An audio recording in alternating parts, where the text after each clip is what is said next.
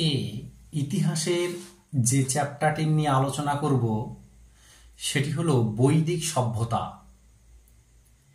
এই বৈদিক সভ্যতা নিয়ে আজকে আলোচনা করব। এই বৈদিক সভ্যতার মধ্যে ছাত্রছাত্রীদের শুধুমাত্র ঋক বৈদিক বা ঋগ্বেদ যুগের সামাজিক, অর্থনৈতিক এবং ধর্মীয় জীবন সম্পর্কে পড়লেই হয়ে যাবে। অর্থাৎ সামাজিক কারণ, এক সামাজিক কারণ, দুই অর্থনৈতিক কারণ এবং তিন ধর্মীয় কারণ। সেটা শুধুমাত্র ঋক বৈদিক যুগ বা ঋগ্বেদ যুগের ঋগ্বেদ যুগের এই তিনটি জিনিস সম্পর্কেই পড়লেই কিন্তু হয়ে যাবে, তারা পরীক্ষায় পাবেই। বেশি কিছু পড়ার দরকার নেই এই চ্যাপ্টারটা থেকে। অর্থাৎ আজকের ইতিহাসের যে চ্যাপ্টারটা নিয়ে আলোচনা করব সেটা হলো বৈদিক সভ্যতা নিয়ে আলোচনা করব। তাহলে ইতিহাসের যে চ্যাপ্টারটি নিয়ে আলোচনা করছি আজকে সেটি হলো বৈদিক সভ্যতা। এই বেদ থেকে এসেছে বৈদিক, অর্থাৎ বেদ থেকে বৈদিক। প্রথমে এই বৈদিক বা বেদ সম্পর্কে একটু জানি। বিদ শব্দ থেকে বেদ শব্দের উৎপত্তি। এই বেদের অর্থ হলো জ্ঞান। এই বেদ মানুষের সৃষ্টি নয়, এটি ঈশ্বরের মুখ নিঃসৃত বাণী। এই বাণী, ঈশ্বরের মুখ নিঃসৃত এই বাণী বহু বছর ধরে শ্রুত হয়েছিল বলে বেদের আর এক নাম শ্রুতি। এই বেদের সংখ্যা হলো চারটি। এক ঋগ্বেদ, দুই সামবেদ, তিন যজুর্বেদ এবং চার অথর্ববেদ। অর্থাৎ ঋক, সাম, যজু, অথর্ব এই হলো চারটি বেদ। প্রত্যেকটি বেদের আবার চারটি করে উপবিভাগ বা চারটি করে ভাগ আছে। অর্থাৎ ঋগ্বেদে চারটি ভাগ, সামবেদে চারটি ভাগ, যজুর্বেদে চারটি ভাগ এবং অথর্ববেদে চারটি ভাগ। অর্থাৎ প্রত্যেকটি বেদে আবার চারটি করে ভাগ আছে। এগুলি হলো সংহিতা, ব্রাহ্মণ, আরণ্যক এবং উপনিষদ। অর্থাৎ বেদ মূলত চার প্রকার: ঋক, সাম, যজু এবং অথর্ব। এই চারটি ভাগের প্রত্যেকটি বিভাগের আবার চারটি করে ভাগ: সংহিতা, ব্রাহ্মণ, আরণ্যক এবং উপনিষদ। তো এই চারটি বেদের মধ্যে আমাদের আলোচ্য বিষয় হলো ঋগ্বেদ সম্পর্কে আলোচনা। ঋগ্বেদের সামাজিক, অর্থনৈতিক এবং ধর্মীয় জীবন সম্পর্কে আলোচনা। বাকি যে তিনটা বেদ, এগুলো পড়তে হবে না, এগুলো সাধারণত পরীক্ষায় আসে না। অর্থাৎ সাম, যজু এবং অথর্ব এগুলো পরীক্ষায় আসে না। ইতিহাসের মেন যেটি আসে সেটি হলো ঋগ্বেদ। ঋগ্বেদ বা ঋক বৈদিক, ঋগ্বেদ যুগ বা ঋক বৈদিক যুগ, এই যুগের সামাজিক, অর্থনৈতিক এবং ধর্মীয় জীবন সম্পর্কে আলোচনা পরীক্ষায় কিন্তু আসে। তো আমরা প্রথমে এই বৈদিক সভ্যতা সম্পর্কে আমরা একটু আলোচনা করে নিলাম। এবারে আমি আলোচনা করব ঋগ্বেদ যুগ বা ঋক বৈদিক যুগের সামাজিক জীবন সম্পর্কে আলোচনা, অথবা আর্যদের সামাজিক জীবন সম্পর্কে আলোচনা, অথবা বলা হয়ে থাকে ঋক বৈদিক যুগে আর্যদের সামাজিক জীবন সম্পর্কে আলোচনা। এবার এক কথায় আমি এবার ঋগ্বেদ যুগ বা ঋক বৈদিক যুগের সামাজিক জীবন সম্পর্কে আলোচনা করব। ঋগ্বেদে বর্ণিত আর্য সভ্যতাকে বলা হয় আদি বৈদিক সভ্যতা। এই আদি বৈদিক সভ্যতা ছিল কিন্তু গ্রাম কেন্দ্রিক। গ্রামকেন্দ্রিক সমাজের মূল ভিত্তি ছিল একান্নবর্তী পরিবার। এই পরিবারের মধ্যে পিতাই ছিলেন পরিবারের সর্বময় কর্তা। তাকে বলা হতো গৃহপতি এই পিতাকে বলা হতো গৃহপতি এবং স্বামীর সঙ্গে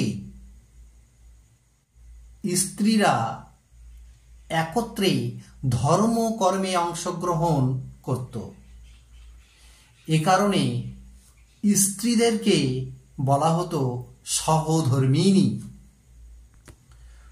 উচ্চশিক্ষার পথও তাদের কাছে ছিল অবারিত। অপালা, ঘোষা, বিশ্ববারা, মমতা, লোপামুদ্রা প্রভৃতি বিদুষীরা তাদের উজ্জ্বল নিদর্শন। এবং যাগযজ্ঞ, পূজার্চনা, শাস্ত্রপাঠ, বিদ্যাদান ইত্যাদি যারা করতেন তারা হলেন ব্রাহ্মণ। অর্থাৎ যারা যাগযজ্ঞ, পূজার্চনা, শাস্ত্রপাঠ ইত্যাদি যারা করতেন তাদেরকে বলা হতো ব্রাহ্মণ। যারা যুদ্ধ বিগ্রহ, রাজ্য শাসন পালন ইত্যাদি বিষয়ে পারদর্শী তারা হলেন ক্ষত্রিয়। এবং কৃষিকাজ, পশুপালন, শিল্পকর্ম, ব্যবসা বাণিজ্যে যারা পারদর্শী ছিলেন তারা ছিলেন বৈশ্য। আর যারা এই তিন শ্রেণীকে সেবা ও শ্রমদান করতেন, এই তিন শ্রেণী বলতে ব্রাহ্মণ, ক্ষত্রিয় এবং বৈশ্য, এই তিন শ্রেণীকে যারা সেবা দান করতেন তারা ছিলেন শূদ্র। তবে ঐতিহাসিক ডিডি কোশাম্বী মনে করেন যে ঋগ্বেদ যুগে জাতি বা শ্রেণী বৈষম্য কিন্তু ছিল না। তবে এই বৈদিক সমাজের এক অন্যতম বৈশিষ্ট্য ছিল চতুরাশ্রম প্রথা। এই চতুরাশ্রম বলতে চারটি আশ্রম, অর্থাৎ এই চতুরাশ্রম বলতে চারটি আশ্রমকে বোঝায়। এই চারটি আশ্রম বলতে আবার জীবনের চারটি স্তরকে বোঝাতো। এই চারটি স্তর হলো, প্রথম স্তর বা প্রথম আশ্রমের নাম ব্রহ্মাচর্য, দ্বিতীয় আশ্রমের নাম গার্হস্থ, তৃতীয় আশ্রমের নাম বানপ্রস্থ এবং চতুর্থ আশ্রমের নাম সন্ন্যাস। সেজন্য বলা হয় ব্রাহ্মণ, গার্হস্থ, বানপ্রস্থ এবং সন্ন্যাস। এই চারটি আশ্রমের মধ্যে পরিশেষে বৃদ্ধরা সন্ন্যাস ধর্ম গ্রহণ করতেন। অর্থাৎ বৃদ্ধরা সংসারের সমস্ত মায়া ত্যাগ করে লোকালয় থেকে বহু দূরে গিয়ে এক পরমাত্মার ধ্যানে জীবনের বাকি দিনগুলি তারা কাটিয়ে দিতেন। এটাই ছিল সন্ন্যাস ধর্মের একটি মূল বিষয়। এই গেল আমাদের ঋগ্বেদ যুগের বা ঋগ বৈদিক যুগের সামাজিক জীবন সম্পর্কে আলোচনা। এবারে আলোচনা করব ঋগ্বেদ যুগ বা ঋগ বৈদিক যুগের অর্থনৈতিক জীবন সম্পর্কে আলোচনা, অথবা আর্যদের অর্থনৈতিক জীবন সম্পর্কে আলোচনা, অথবা বলা হয়ে থাকে ঋগ বৈদিক যুগে আর্যদের অর্থনৈতিক জীবন সম্পর্কে আলোচনা। অর্থাৎ এক কথায় ঋগ্বেদ যুগ বা ঋগ বৈদিক যুগে আর্যদের অর্থনৈতিক জীবন সম্পর্কে আলোচনা এবার আমি করব। আমরা আগেই বলেছি যে ঋগ বৈদিক জীবনধারা ছিল কিন্তু গ্রাম কেন্দ্রিক। সুতরাং এ থেকে আমরা বলতে পারি ঋগ বৈদিক যুগে আর্য সভ্যতা ছিল গ্রাম কেন্দ্রিক। কাজেই এ থেকে আমরা বলতে পারি যে গ্রামকে কেন্দ্র করেই আর্যদের অর্থনৈতিক জীবন কাঠামো গড়ে উঠেছিল। আর এই অর্থনৈতিক জীবন কাঠামো গড়ে উঠেছিল মূলত কৃষিকাজকে কেন্দ্র করে, অর্থাৎ কৃষি ছিল তাদের প্রধান জীবিকা। পাশাপাশি ব্যবসা বাণিজ্য ছিল কিন্তু তাদের অর্থনৈতিক জীবনের একটি অন্যতম সোপান। শুধু তাই নয়, শিল্পজাত দ্রব্যের মধ্যে সুতা ও পোশাকের বস্ত্র ছিল প্রধান। ধাতুর মধ্যে সোনা, তামা ও ব্রোঞ্জের ব্যবহার তারা বেশি করতেন বা সে সময় বেশি ব্যবহারযোগ্য ছিল। যদিও সে সময় মুদ্রাভিত্তিক অর্থনীতি সে সময় জানা ছিল না, তবুও সেই সময় কিন্তু কিছু মুদ্রার প্রচলন ছিল। অর্থাৎ নিষ্ক ও মনা নামে দুই ধরনের মুদ্রার প্রচলন তখন ছিল। অর্থাৎ নিষ্ক ও মনা নামে দুই ধরনের মুদ্রার প্রচলন তখন ছিল বলে জানা যায়। শুধু তাই নয়, পাশাপাশি কিন্তু পশুপালনও ছিল আর্যদের অপর একটি জীবিকা। গৃহপালিত পশুর মধ্যে গরুই ছিল প্রধান। যুদ্ধক্ষেত্রে লুণ্ঠিত দ্রব্য হিসাবে গো সম্পদ লাভ কামনা হতো এবং কি গরু দিয়েই জমির পরিমাণ বা কৃষিকাজ করা হতো।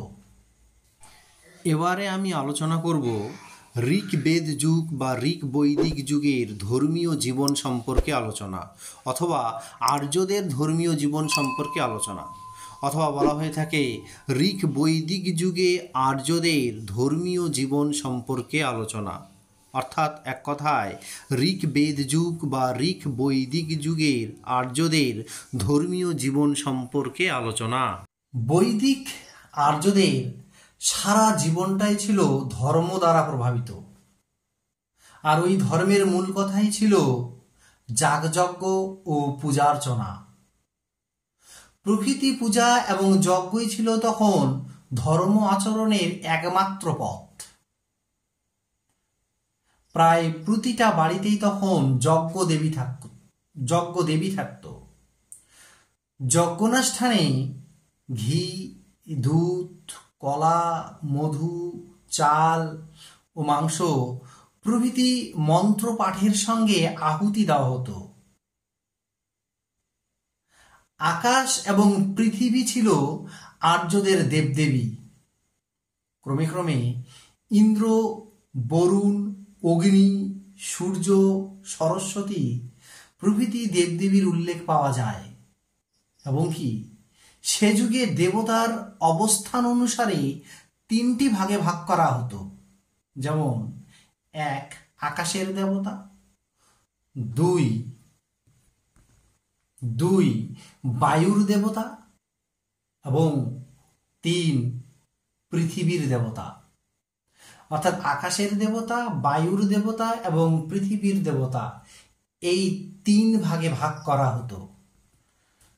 তবে আর্যদের এই ধর্মীয় আচার অনুষ্ঠান অত্যন্ত সরল ছিল। যে দেবতার উদ্দেশ্যে যজ্ঞ অনুষ্ঠিত হতো সেই দেবতাকে তখন প্রধান বলে উল্লেখ করা হতো। তবে আকাশ ও পৃথিবী ছিল আর্যদের প্রধান দেবদেবী। ক্রমে ক্রমে ইন্দ্র, বরুণ, অগ্নি, মরুদ, সূর্য, উষা, সরস্বতী প্রভৃতি দেবদেবীর উল্লেখ পাওয়া যায়। তবে প্রতিমা গড়ে পূজা বা মন্দিরের কোনো উল্লেখ ঋগ্বেদে পাওয়া যায়নি।